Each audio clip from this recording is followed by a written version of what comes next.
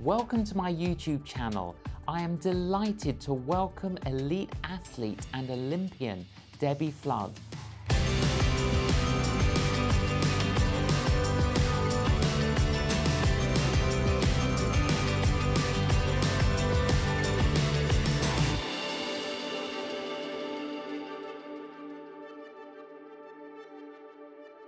Debbie Flood, welcome to Facing the Canon. Thank you, it's great to be here. Well, I've done over 100 of these interviews. You're my first elite athlete. So you grew up in the north of England, Harrogate. Yeah, I did. I grew up in Yorkshire, yeah. And when did you start enjoying sport? Oh, I loved sport as far back as I can remember. I grew up in a really sporty family, so my dad loved running. He was a marathon runner. My mum also enjoyed running and being out on her bike. So myself and my younger brother, we just grew up doing sport. And, you know... And was it judo that you started to do? Well, running was my first love. I wanted to do what my dad did. So running was my first love, really. But then at a young age, probably around 14, I got involved in the judo team. And again, I loved competing. I loved working hard. And I actually ended up getting into the junior GB team for the judo, and thought that maybe that was going to be my big sport, you know. I used to watch the Olympics with my dad and think, wow, they're superhuman. But actually, I knew that I loved sport. I knew that I was passionate about it. And I thought, I wonder if one day I could ever be that good. So how did you switch from judo to rowing? Yeah, well, growing up in Yorkshire at that time, rowing wasn't a big sport in this country back in 1997. And so Yorkshire was not renowned for its rowing or for its long straight rivers. You know, we have rapids and bends. So I knew nothing about rowing. My school didn't row. I'd never noticed it on the television on the Olympics. So I was in the gym one day training for my judo and using the rowing machine. And somebody came up to me and said, "Are you a rower?" And I said, "No. Why do you ask?" And they said, "You are doing really good times on that rowing machine." And I think because I'd done sport from a young age, I was naturally quite fit and strong. So on the rowing machine, I was doing quite well. And so just thought, oh, okay, let's try this in my summer holidays, and went on a learn to row course. And that was really the kind of start of it. What was your initial experience of as you started? Obviously very good in the gym, yeah, but it's a different story out on the water, isn't it? Well, little did I know. I mean, the course was in London. I thought, wonderful, go to London for a week, row up and down the river, see how it goes. Little did I know actually how technical the sport is. And I pretty much spent my week rowing, swimming, because I fell in so much. Oh, did you? Yeah, I just went nowhere. You know, I beat all the boys on the rowing machine, and then I came last on all the rowing on the water. But there was something about it, something that I wanted to continue with. And yeah, I kept going, and the coach from London really encouraged me. He could see I was strong on the rowing machine. So I went back to Yorkshire. I found a local club. I joined the local club. And, you know, that was actually where, you know, God brought someone into my path that I exactly needed. So the coach from London had told a guy called Mark Banks, who was at the time the chief junior coach of British rowing, and he told him about me. Now, his job normally would be to coach the best in the country. That was his job. That's all he had to do, coach the best in the country to go to the World Championships. But for some reason, he decided to come and have a look at me. He looked at me on the rowing machine and was quite impressed, looked at me on the water. You know, I was on the wrong side of the river. I nearly fell in. It was terrible. But he sat down with me and said, "I'm going to take you on.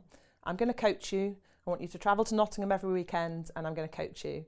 And that was absolutely unheard of, but it was the one thing I needed. I already had the fitness and strength. I needed the technical coaching, and he was the best technical coach in the country. Years later, did you ever ask him why he did that? I did. I mean, I know him really well still, and he coached me for many years actually. And he just said, "I don't know, there was just something about you, some kind of determination that I just wanted to work with, and I knew you were going to make it." But he obviously, Debbie, spotted in you potential. Yeah. Yeah. He obviously spotted in you ability. And isn't it incredible the difference a coach can make? Absolutely. I- Absolutely. I had a conversation recently about school, and we were talking about the subjects that we did. And the ones that I liked were the ones where I got on really well with my teachers. Yeah, yeah. You know, the power of the teacher or the coach to motivate and engage, you know, the individual is so great. And he really was, you know, he looked after me, he looked out for me, and, you know, he kind of took me under his wing really for the next 7 or 8 years. So when did you realise, and when did he realise that you were championship type of possibilities? Yeah, so actually, once he started to coach me and really focus on the technical aspect of rowing, I actually did then progress quite quickly. So in that first year, I ended up going to the Junior World Championships in a double with Frances Horton, and we got a bronze medal there. And how old were you? I was 17 at that point. Yeah, 17. Quite young. Yeah. So it was right at the beginning of my career. It was the last year I could be a junior, and then I would be moving up to under 23s and senior things. But you know, we all make our life plans, don't we? My life plan was to finish my A-levels that year after I rowed, and then take 2-year gap year before going to university, row full time, go to the Sydney Olympics, tick the Olympic box, and then get on and be a veterinary surgeon. That was my life plan. That was if you'd have given me any other option of life, that was the best one that I could come up with. But at the age of 17, getting a bronze medal, that's pretty good. It was an amazing start. So what did that lead to? Yeah. So that led to me then being able to commit to those 2 years. I got a very small amount of funding, which enabled me to pay rent so that I didn't have to work too much in that time. I did have a part-time job, but I mainly focused on rowing. So I took my gap year, focused on rowing, rowed for and 2 Debbie, years. When you say focused on rowing, Yeah. okay, give us an idea. What does that mean? How many hours a day? Yeah, well, so we train 2 or 3 times every day, and a training session would last between 90 and 100 minutes. So we would be training up to about 5.5 hours a day. Twice in the morning, they would normally be on the water, and then once in the afternoon. Time? So I would be in the gym at 7:30 for our briefing, and we'd be told what the first outing was, and then we'd go out on the water. We'd come back, have our second breakfast. That was always good. We'd eat before we obviously went on the water. So then we'd have our second breakfast, a little break, and then we'd go out on the water again for another 20 kilometres. Then we would have a break, have some lunch, and then a little break in the afternoon. Sometimes you'd have a quick hour nap if you could. And then you do either weights or rowing machine in the afternoon. So pretty intensive. Very intensive. How many days a week? So we'd occasionally get Sundays off as a cross training day or as a day off. But that is, you know, we got 3 weeks off a year. That's it. So 3 weeks off. That was our holiday after the World Championships or after the Olympics. That was our break. So, but you didn't want to lose your fitness, so you have to keep it up. It's important to have a break though for your body, just to like have some time off. But then, you know, you don't lose too much fitness in those 3 weeks. But it means that the whole of the rest of the year, that's what you do. You train. You know, it doesn't matter whether it's raining, whether it's icy, whether it's snowing. You know, you're out in all weathers.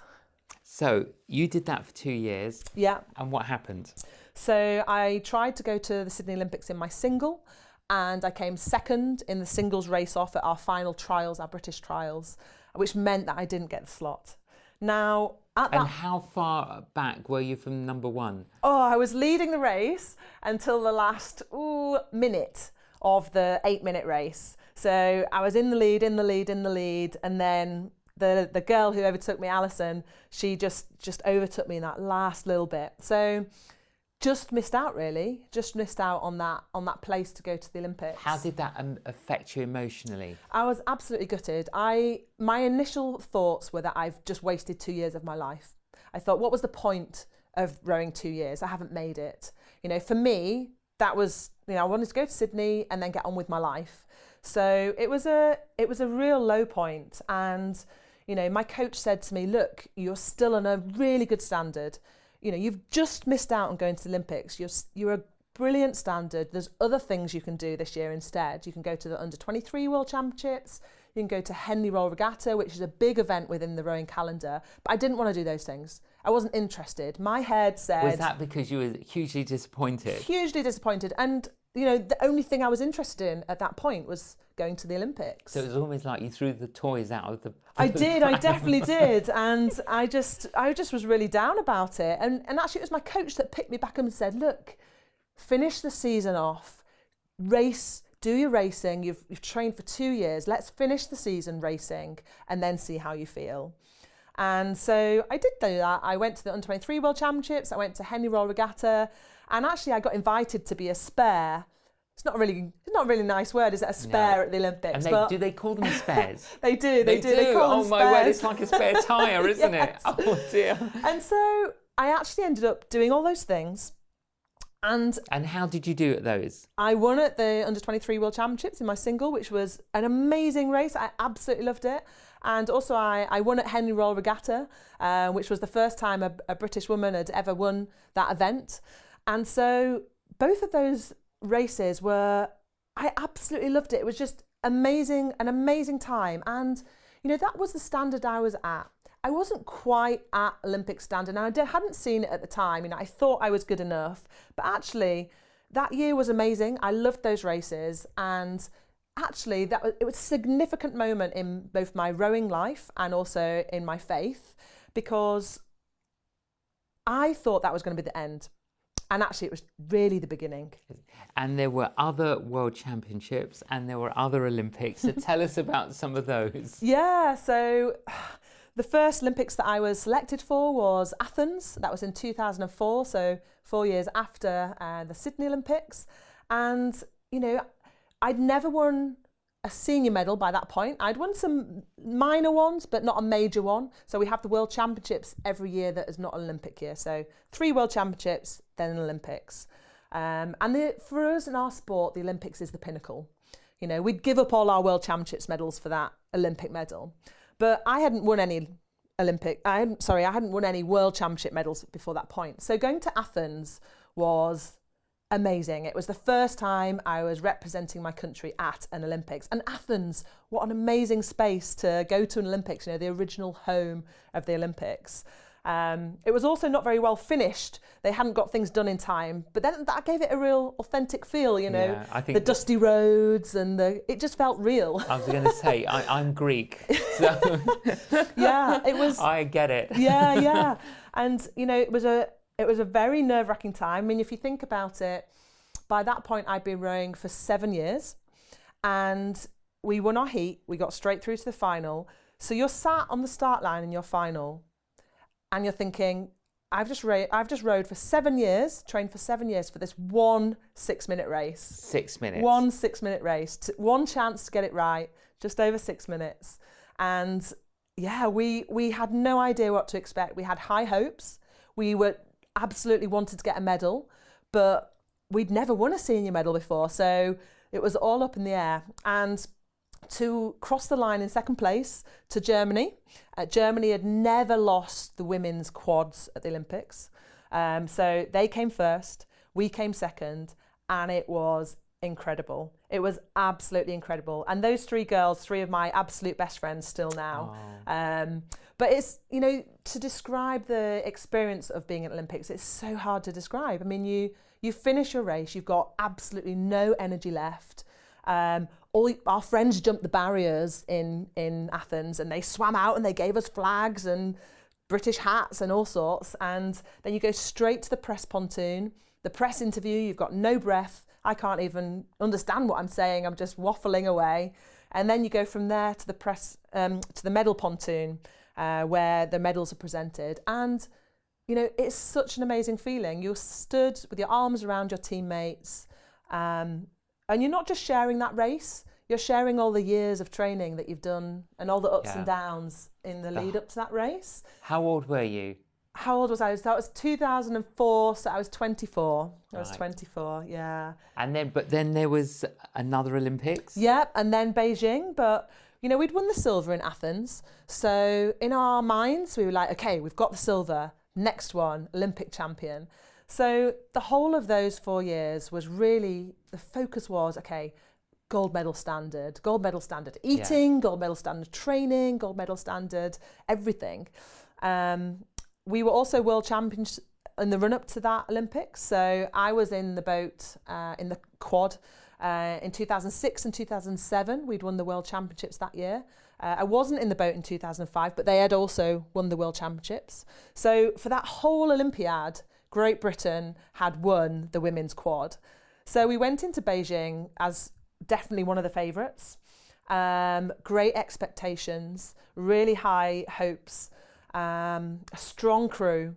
And we went out, we are a very strong crew. We won our heat again, straight through to the final.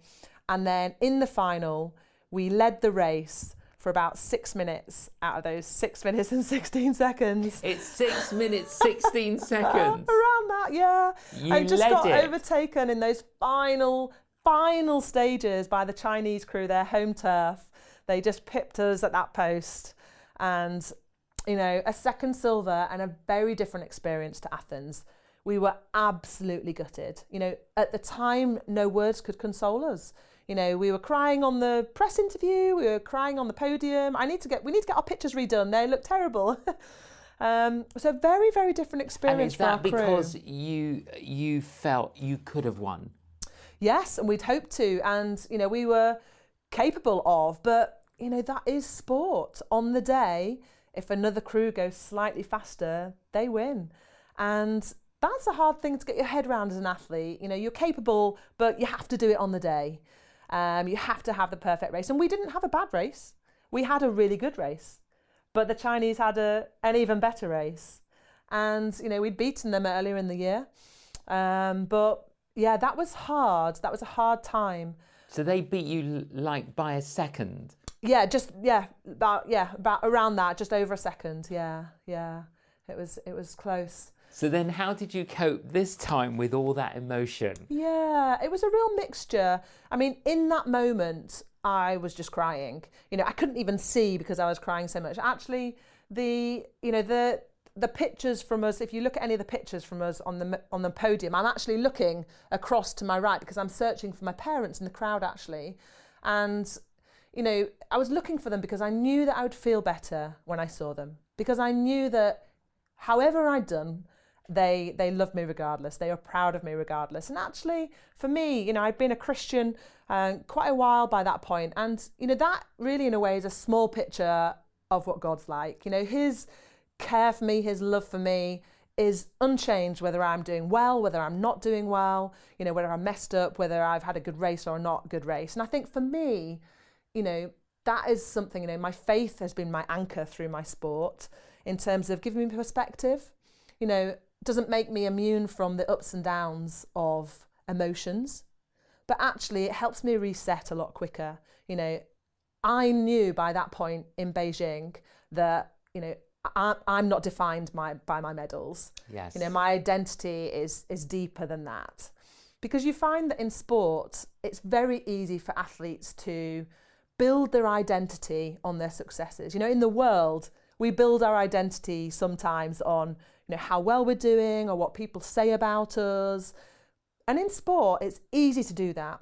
But it doesn't make any logical sense because you can go from hero to zero overnight in a bad result or in an injury.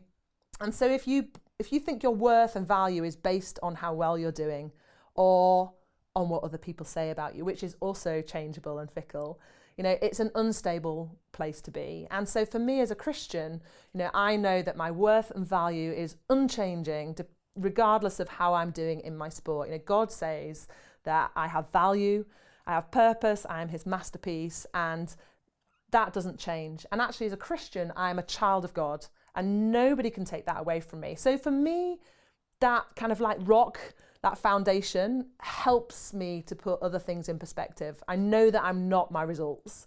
So that definitely helped in Beijing. And how long did it take from getting the silver medal to really standing on that rock? Yeah. Because obviously it was rocky Yeah. until you stood on that rock. Absolutely. Was it days? Or I think even the next day. You got it. Yeah, because it's such an amazing privilege to even be at an Olympics.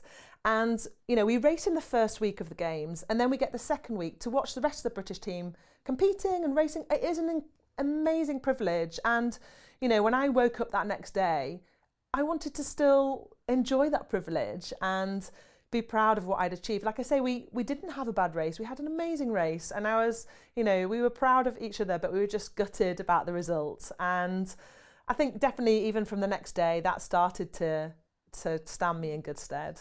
Now, show us some of your medals, Debbie. I mean, you have got a lot. You have. So this is the Athens medal, Athens silver medal.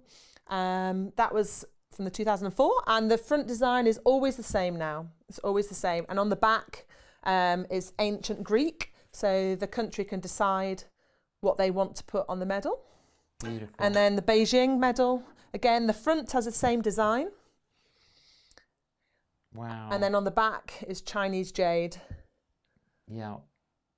So they were, they're really special. And again, the team mates that I rode with, really special relationships with them. And then here are just and a few of your medals. A few of the World Championship medals. So again, there's something very special about hearing your national anthem, which is what happens when you win, which is brilliant. So these are my wonderful 3 senior World Championship medals, and then my 2 under-23 World Championship medals, and then this first precious one as well, the bronze medal from the Junior World Championships. I mean, amazing. When you read in the Bible, Debbie, about St. Paul's saying about running the race, and we don't run just to get this. Yeah. We run for a wreath that will not perish. How does that make you feel? Absolutely. It's interesting because I've been asked in the past, if I could offer you Olympic gold medals, would you swap that for your faith? But for me, my faith in Jesus is worth more than anything that we could ever achieve on this earth. And, that doesn't just impact my eternity to be able to be with God forever when I pass away, which my medals won't come with me. But, day to day life, when I became a Christian, I went from doing life in my own strength, on my own, to doing life with God. And, that is an incredible privilege. I learned that, yes, God blesses us with abilities and talents and opportunities, but first and foremost, he wants a relationship with me. And as a Christian, I have a relationship with the living God. And that is something of much more worth and worth persevering for that than it is to win medals. Absolutely. What would you say to any of our viewers, Debbie, who haven't yet begun running the Christian race? What would you say to them? I would say you've got absolutely nothing to lose by investigating into who Jesus is and making that decision for yourself. And it will be the best decision you ever make. So I would say, look into it. Be open to God speaking to you through what you read, through reading the Bible, through speaking to other Christians. Ask questions. It's important to ask your questions and make that step forward. Thank you, Debbie. You, following all these amazing experiences, decided it was time to almost like have a gear shift. Yeah. And now you work for Christians in Sport. Tell us, who are Christians in Sport? So Christians in Sport is a charity that their aim is to reach the world of sport for Jesus, to help people to understand who Jesus is, and also to support those that are already Christians by walking alongside them, encouraging them in their faith, giving them resources to be able to grow as a Christian, but also to share their faith with others. And my particular role is to work with elite athletes. So I walk alongside elite athletes. Some have a Christian faith, some don't yet. And I encourage them in their sport, but also in their faith. I will open the Bible with them and direct them to God's truths. Depending on what's going on in life, God's got something to say about all of that and cares about where they're at and what they're doing. So it's wonderful to be able to walk alongside the athletes. Christians in Sport actually supported me when I was in the team, which I was extremely grateful for. And how do you see the future? the future, God has the future in his hands. Yeah, it's wonderful working alongside athletes. I'm also going to be working with CAP, Christians Against Poverty. So they support people to get out of severe debt. And again, you know, a big part of that is not just helping people get out of their debt, but actually giving them a hope in Christ, you know, introducing them also to our biggest hope that we have, which is Jesus. I hope you don't mind me asking, Debbie, but you recently had quite a severe loss. Yeah. Are you able to tell us about that? Yeah. Again, you know, life is, however long life is going to be, and rowing was a small part of that, with the ups and downs and joys and losses of that. But recently for me, it's been family has been part of my life. I got married. I then had a daughter who's now 2, and that was a really tricky time. She was born 10 weeks early. She was £1.13 and really struggled, but just got through. But then recently, a few months ago, I gave birth to twin boys who were stillborn, and they didn't make it. And again, I just know God is faithful through all of this. You know, he is in it with me. He has comforted us. He's been alongside us. And it's interesting because actually the actual day it happened, I wrote in my diary, God, I still love you. You are faithful. And it's interesting. It was just my natural instinctive response. And it's been a really hard time. But, you know, God's love for me doesn't change. He is alongside me in all circumstances, and he understands suffering. He understands how I feel, where I'm at, and he knows exactly what I need. And, you know, Jesus is all I need to sustain me each day, and he carries us through. And it's wonderful that you were able to express that you love God and that God loves you, rather than blame him for it. Yeah, it's interesting because, you know, when we had Rebecca, my 2-year-old, throughout that whole time, you know, we'd given her life to him. Like, life is in God's hands. Yes. It is in his hands. He will sustain or he will take away. And the reasons for that, we can't know. And, you know, he didn't sustain that life. And we don't know the reasons for that. But it's not a blame thing. It's just, it is as it is. And, you know, we just trust that that's in his hands. And we know that our boys are in heaven and we will see them one day. And again, that is of great, great comfort. You are, honestly, Debbie, an absolute inspiration. It was great to hear a little of your own journey of faith, and keep on keeping on. Thank you for joining us on Facing the Canon. Thank you for having me. Wow, wasn't that hugely inspiring? I hope you found it and experienced the faith lift. I feel like I have. Thank you so much for joining us on Facing the Canon. Please join us again.